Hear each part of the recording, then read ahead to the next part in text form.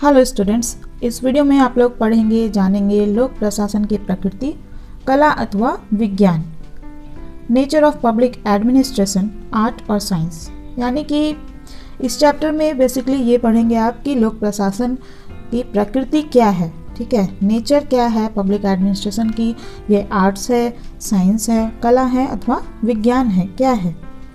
इससे पहले के जो पब्लिक एडमिनिस्ट्रेशन की कुछ वीडियोस अपलोड हुए हैं उसमें आपने जाना था कि लोक प्रशासन का अर्थ क्या है, इससे अभिप्राय क्या है और इसकी परिभाषा क्या है, ठीक है।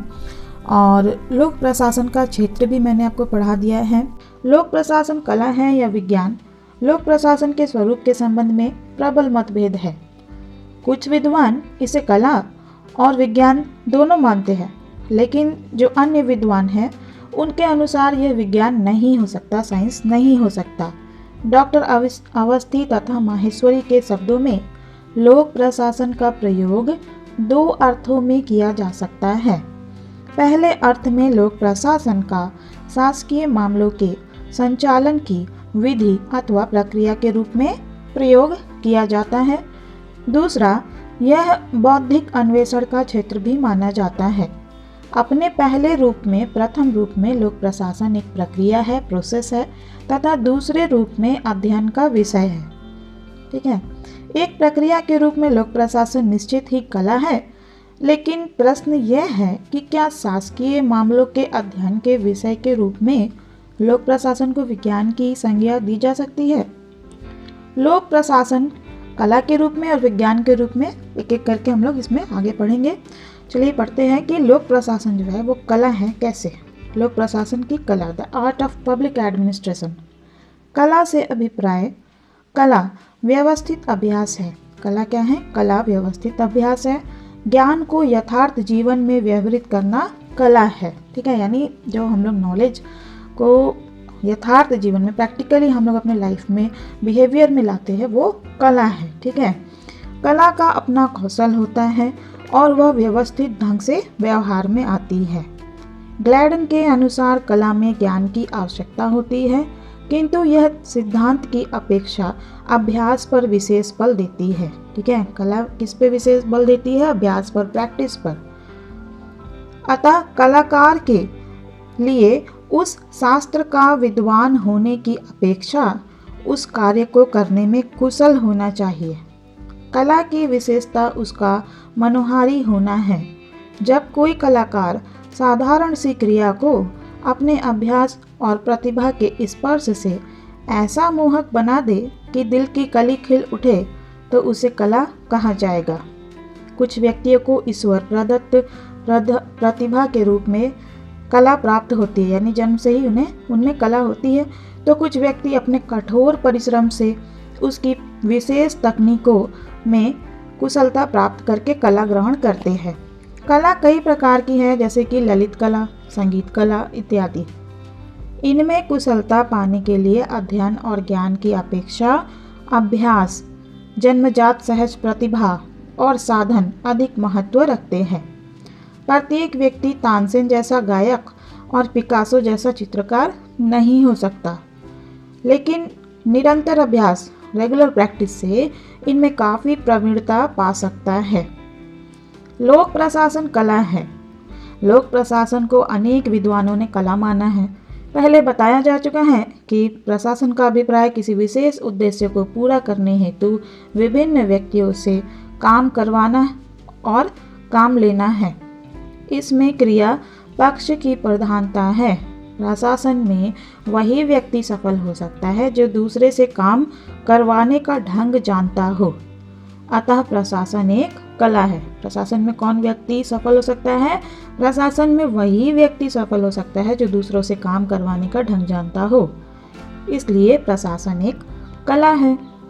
वाइट के शब्दों में लोक प्रशासन असल में विज्ञान है या नहीं, यह बात भविष्य में निर्णय लेने के लिए छोड़ देनी चाहिए, लेकिन वर्तमान में यह कला जरूर है, अवश्य है। एल उर्विक प्रशासन को एक कला बताते हैं। एल उर्विक के अनुसार अन्य कलाओं की तरह प्रशासन की कला को भी खरीदा नहीं जा सकता। आर्डवे टीड का कहना है कि संक्षेप में प्रशासन एक ललित कला है। डॉक्टर महादेव प्रसाद शर्मा के अनुसार प्रशासन अपने आप में निश्चय ही एक ललित कला है। वैसे तो मूर्ति निर्माण, चित्रांकन, संगीत और काव्य आदि को हम ललित कलाओं में सम्मिलित करते हैं, पर प्रशासन इनसे कम नहीं बल्कि कुछ अधिक ही ललित कला है।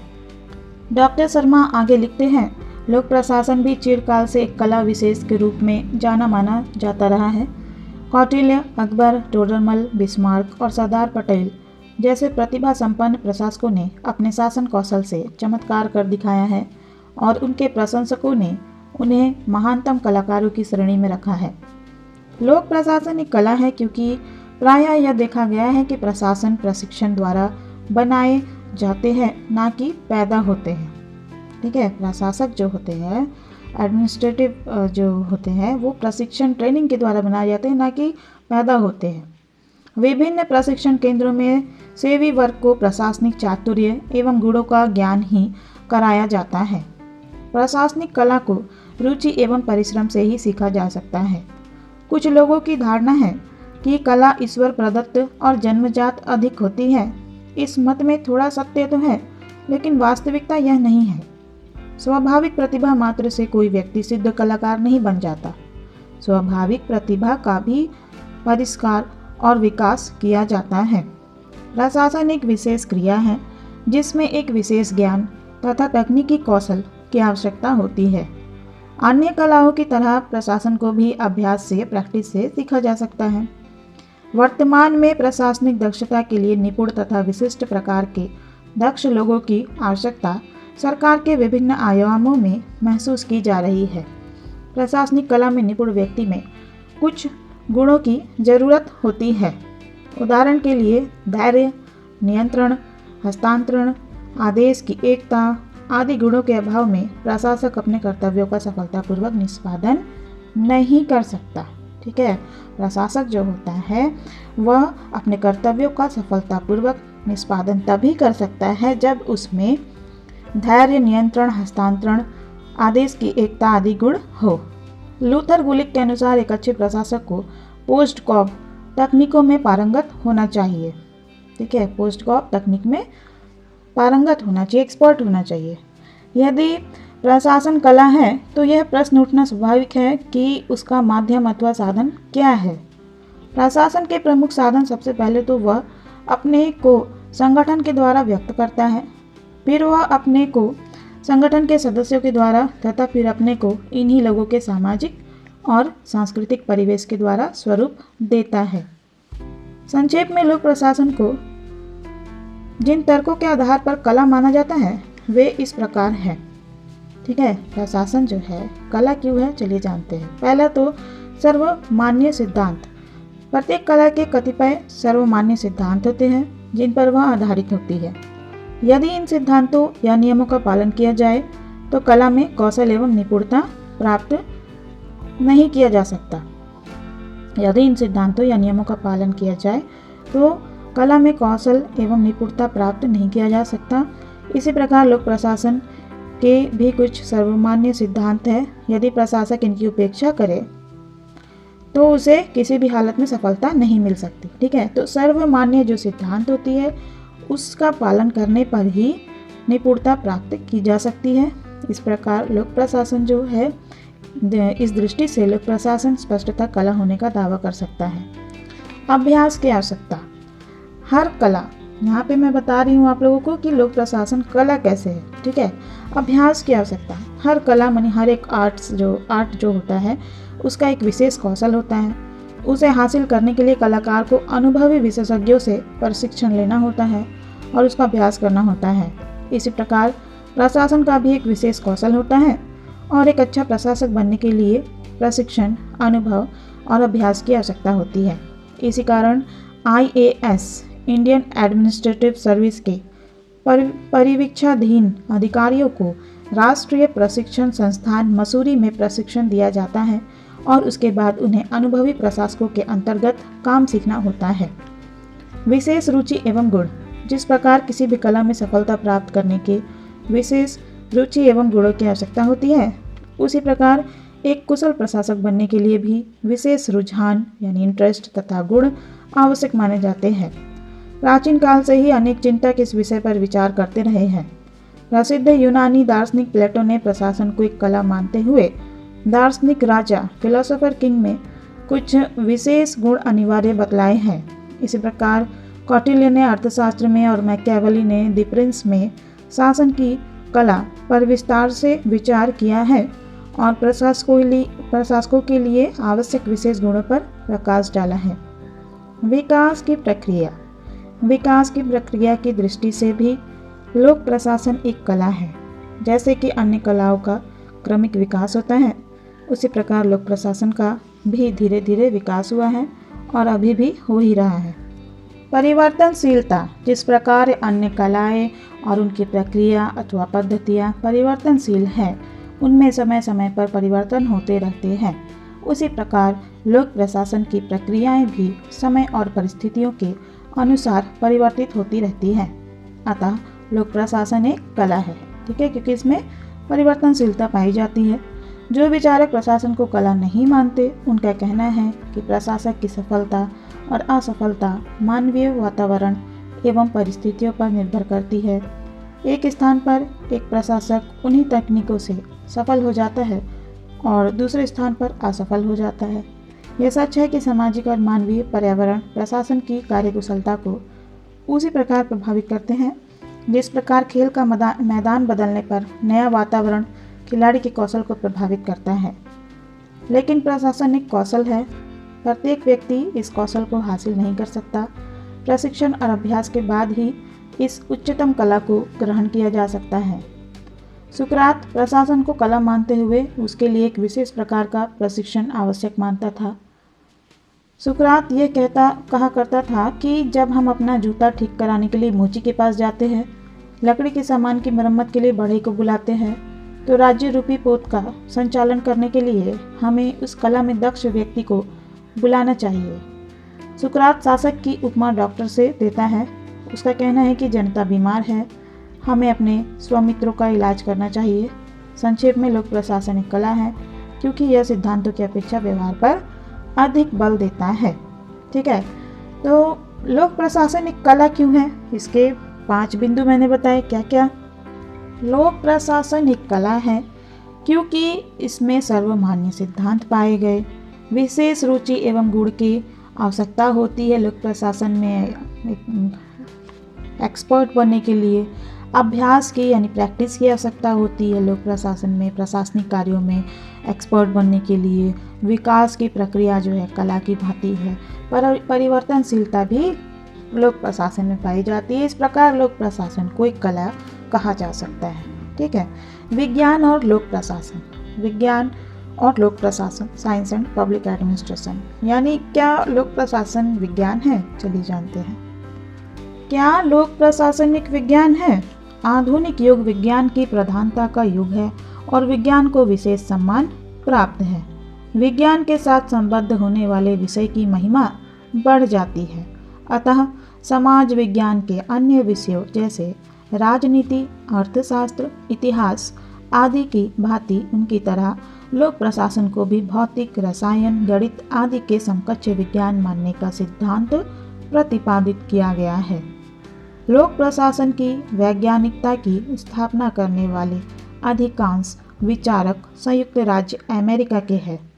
वहाँ प्रबंध शास्त्र के वैज्ञानिक अध्ययन के साथ साथ प्रशासन को भी विज्ञान बनाया गया तथा रसायन और भौतिक यानी केमिस्ट्री और फिजिक्स के नियमों की भांति प्रशासन के नियमों की खोज करके इसे वैज्ञानिक आधार पर प्रतिष्ठित करने का प्रयास किया गया।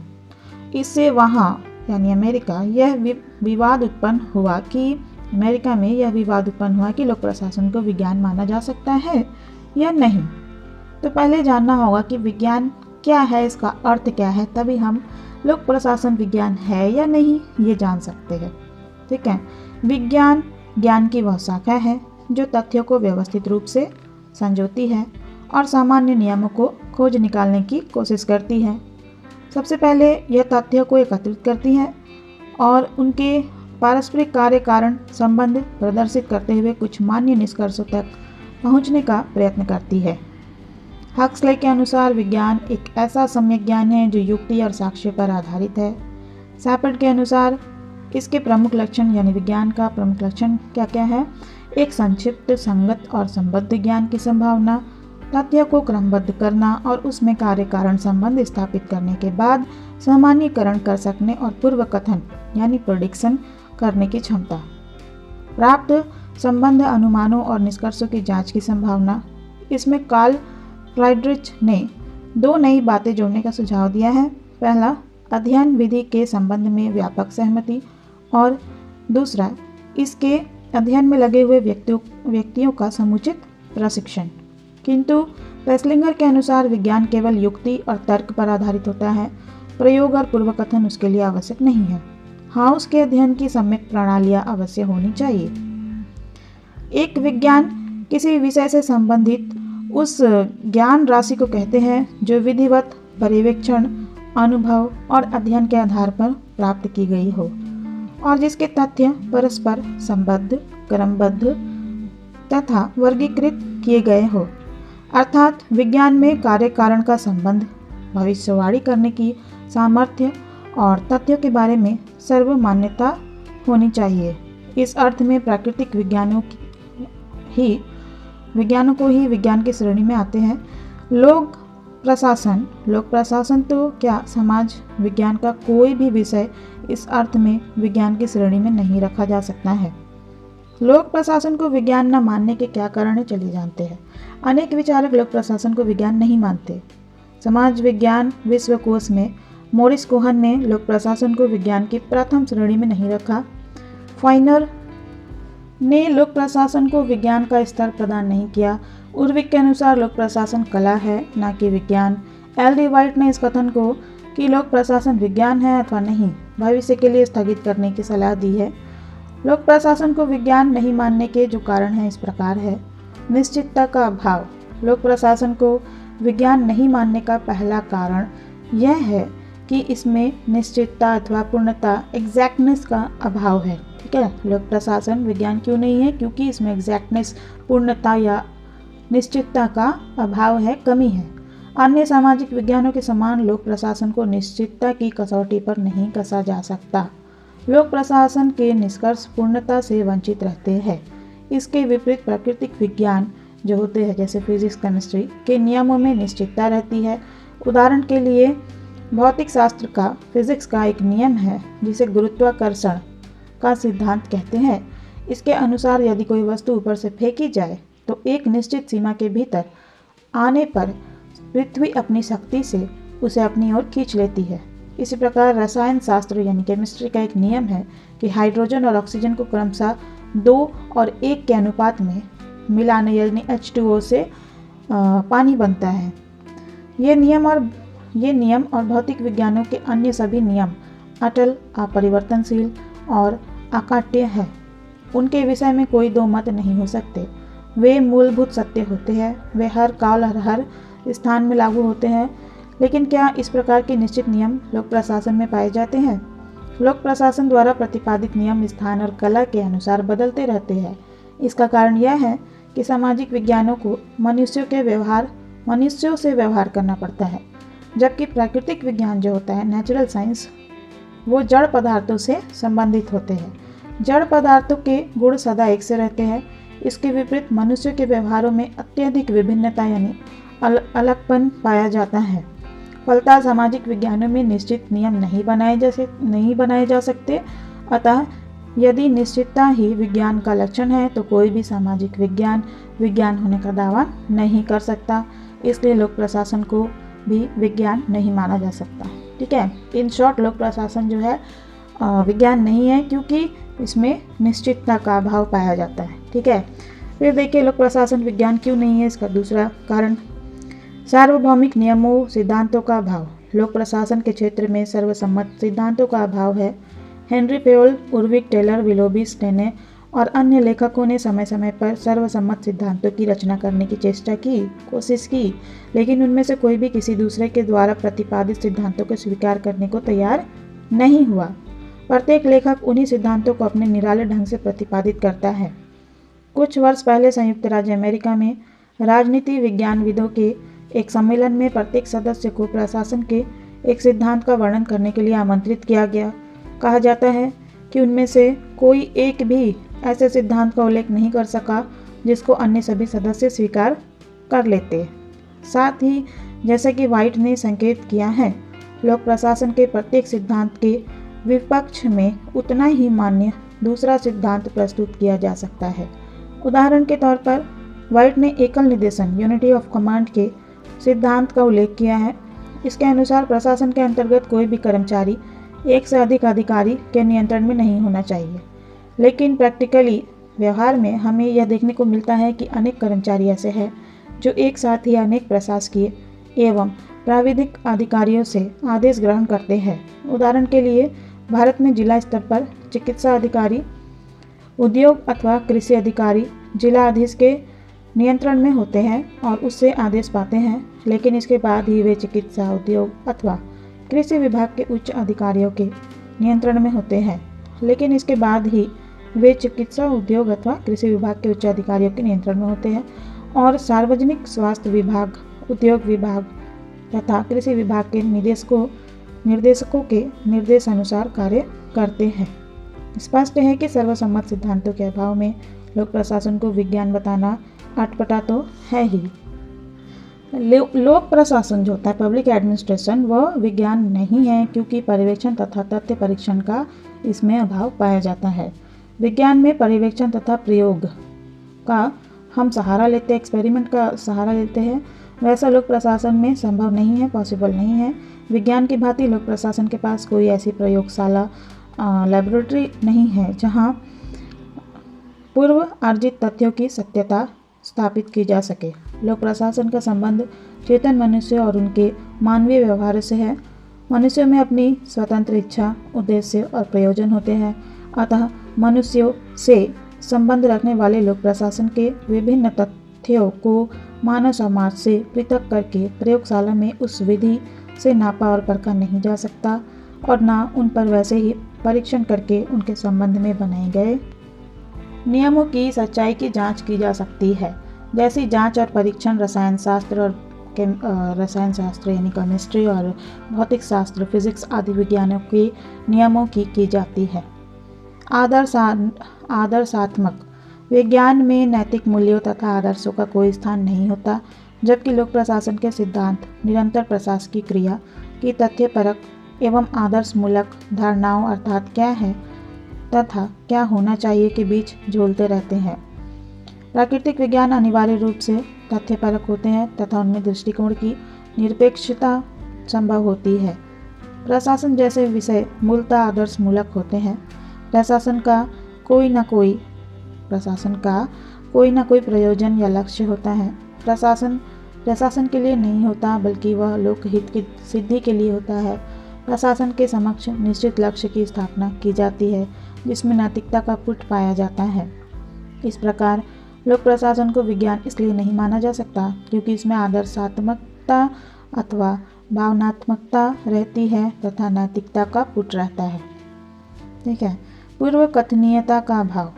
लोक प्रशासन को विज्ञान नहीं मानने का एक कारण यह भी है कि इसमें भविष्यवाणी नहीं की जा सकती।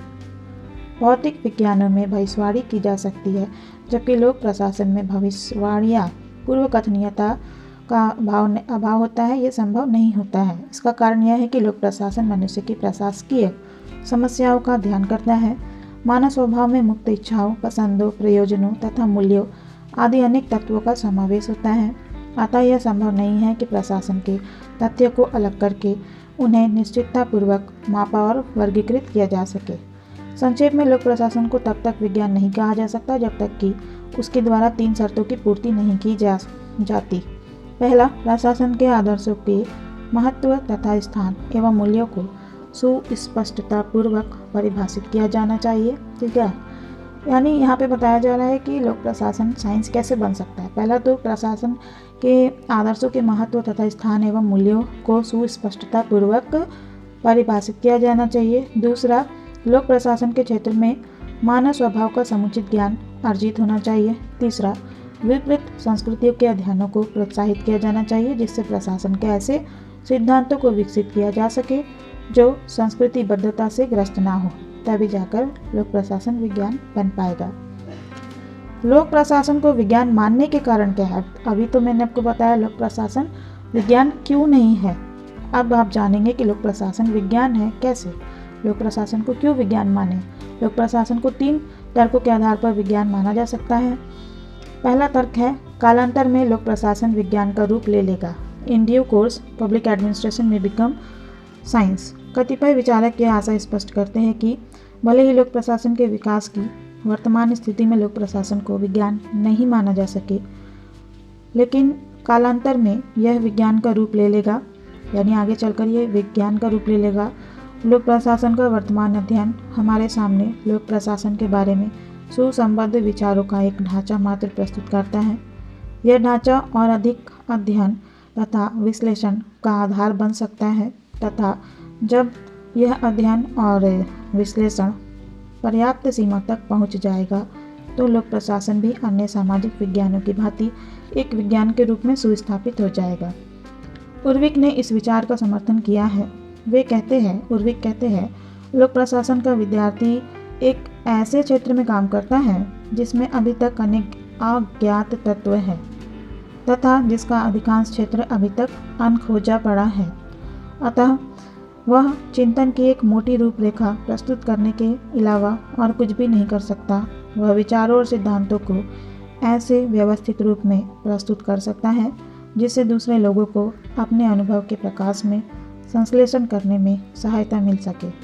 यह सिद्धांत आधा दर्जन ऐसे लेखकों की रचनाओं से लिए गए हैं जिन्होंने अपने विचारों को कभी सुसंबद्ध रूप देने की चेष्टा नहीं की। उन्हें सुसंबद्ध और तर्कसंगत रूप में प्रस्तुत किया जाना चाहिए। किया जाना इस बात का सबल प्रमाण है कि सामाजिक समुदायों के संचालन में जो अनुभव प्राप्त हुए हैं उनमें एक सामान्य तत्व निहित है। इस आधार पर कहा जा सकता है कि अंततः प्रशासन एक सही विज्ञान है। लोक प्रशासन अपने वर्तमान स्वरूप में एक विज्ञान ही है। Public administration is already a science. दूसरे ऐसे विचारक भी हैं जो ये मानते हैं कि लोक प्रशासन अपने वर्तमान स्वरूप में एक विज्ञान ही है। यह एक ऐसा विज्ञान है जैसे अन्य सामाजिक विज्ञान, अर्थात इसके अध्ययन के लिए लगभग सुनिश्चित क्षेत्र निर्धारित कर लिया गया है तथा भारी संख्या में ऐसे तथ्यों का संग्रह कर लिया गया है जिन पर वैज्ञानिक अध्ययन की पद्धतियों का प्रयोग किया जा रहा है। लोक प्रशासन के अध्ययन में वैज्ञानिक रीतियों के प्रयोग के बारे में एम मर्सन लिखते हैं, विज्ञान अनुसंधान एवं पर्यवेक्षण है। अनुसंधान और पर्यवेक्षण के परिणामों को तालिकाबद्ध, वर्गीकृत तथा सुसंबद्ध किया जाता है। यथार्थ विज्ञानों का विषय क्षेत्र सुनिश्चित होता है तथा उसके भीतर ऐसे तथ्य होते हैं जिन्हें अध्ययन के लिए अलग किया जा सकता है और जिनमें एक सी स्थितियों में समरूपता होती है। आपत्ति उठाई जा सकती है कि लोक प्रशासन में इन स्थितियों का अभाव होता है, उसके तथ्य को अलग करके नहीं देखा जा सकता तथा निष्कर्षों की यथार्थता को जांचने के लिए नए सिरे से प्रयोग एवं पर्यवेक्षण करना संभव नहीं होता। लेकिन जैसा कि हक्सले ने संकेत किया है, वरन वह उनके विषय क्षेत्र के संयोग, उनके पारस्परिक संबंध, जटिलता तथा निष्कर्षों की आपेक्षिक निश्चितता पर आधारित है। जीव विज्ञान गणित से भिन्न है क्योंकि इसकी विषय वस्तु के बारे में पर्यवेक्षण करना अधिक कठिन होता है तथा उसके तथ्यों में पारस्परिक संबंधों का निर्धारण 100% सही नहीं हो पाता। लोक प्रशासन का विज्ञान और भी अधिक कठिनाइयाँ प्रस्तुत करता है, लेकिन गत 50 यानी पिछले 50 वर्षों में पर्यवेक्षण और अनुभव के आधार पर निश्चित तथ्यों का एक समूह प्रकट हो गया है। इस समूह के आधार पर वैज्ञानिक निष्कर्ष निकाल सकते हैं। नए निष्कर्षों की खोज अथवा पुराने निष्कर्षों के परीक्षण के लिए सांख्यिकीविद लगातार नई सामग्री जुटा रहे हैं। लोक प्रशासन में काफ़ी यथार्थता और निश्चितता है। There is a fair degree of exactness and certainty for the science of public administration. ऐसे विचारक भी हैं जो लोक प्रशासन के बारे में काफ़ी यथार्थता और निश्चितता का दावा करते हैं। उनका विचार है कि लोक प्रशासन में निष्कर्ष भले ही प्रशासक को यह न बता सके कि उसे क्या निर्णय लेना चाहिए, परंतु उन्होंने इतनी सुनिश्चितता अवश्य ही प्राप्त कर ली है कि वे उसे गलत मार्ग अपनाने से सावधान करते हैं। चार्ल्स ए बियर्ड इसी विचार के समर्थक हैं। प्रोफेसर बियर्ड मानते हैं कि लोक प्रशासन के क्षेत्र में ऐसे नियमों और स्वयं सिद्ध सूत्रों का विकास हो गया है जिनके बारे में अनुभव के आधार पर यह कहा जा सकता है कि वे व्यावहारिक प्रयोग में लाए जा सकते हैं तथा उनके सहारे पूर्वानुमान लगाए जा सकते हैं। अनुभव से यह सिद्ध होता है कि प्रशासन के क्षेत्र में विशेषज्ञ नित्य असंख्य पूर्वानुमान लगाते हैं तथा जब जब उनकी अपेक्षा की जाती है परिणामों से पूर्वानुमान सही सिद्ध होते हैं। हम सब इस तथ्य से परिचित हैं कि जब आय व्यय लेखा विधि तथा लोक सेवा के संबंध में प्रशासनिक सिद्धांतों की अवहेलना की जाती है तो कितने भयंकर परिणाम सामने आते हैं। निष्कर्ष, उपयुक्त यानी इन तर्कों के आधार पर, जो उपयुक्त तर्क है उन तर्कों के आधार पर लोक प्रशासन को विज्ञान मानना उचित है, लेकिन उसे भौतिक विज्ञान की श्रेणी में नहीं रखा जा सकता क्योंकि उसमें भौतिक विज्ञानों के समान पूर्णता नहीं पाई जाती है। चार्ल्स वर्थ की भांति यह कहना समीचीन प्रतीत होता है कि लोक प्रशासन विज्ञान भी है तथा कला भी। चार्ल्स वर्थ के शब्दों में प्रशासन कला है क्योंकि इसमें उत्तमता, नेतृत्व, उत्साह तथा उच्च विचारों की आवश्यकता होती है। यह एक विज्ञान है क्योंकि इसमें आगमनात्मक विश्लेषण, सतर्कता युक्त नियोजन तथा विवेकपूर्ण साधनों की आवश्यकता है।